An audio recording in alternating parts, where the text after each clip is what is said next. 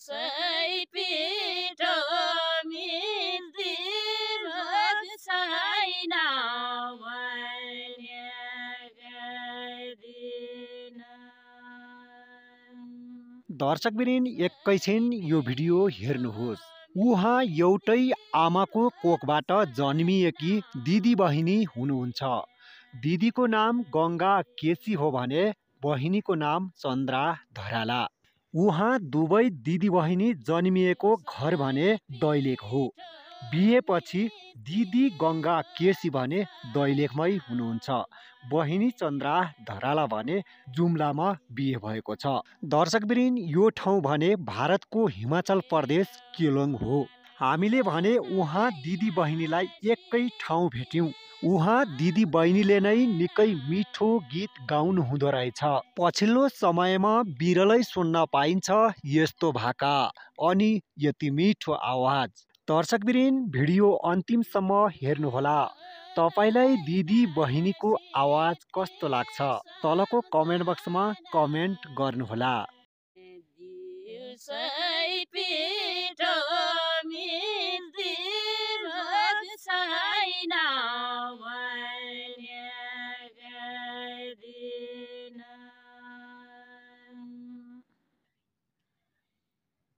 दिउँसै पिठो मिल्दी रोग छैन मैले गर्दिन।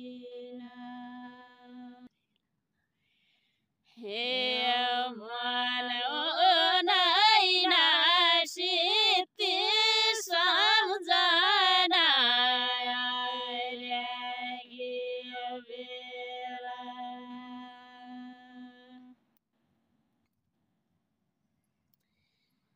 मन नैन सिद्धि सम्झना लाग्यो बेला।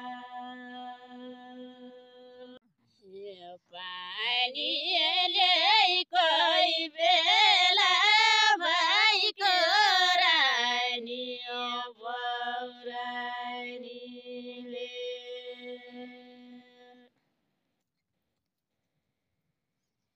पानीले कोही बेला भइको रानी बौरानीले।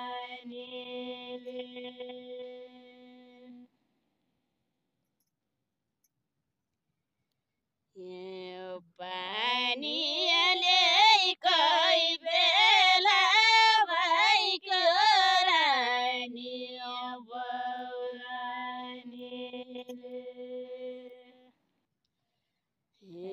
सम्झिन्छु जै बेला रुन्छ मन धर्कन्छ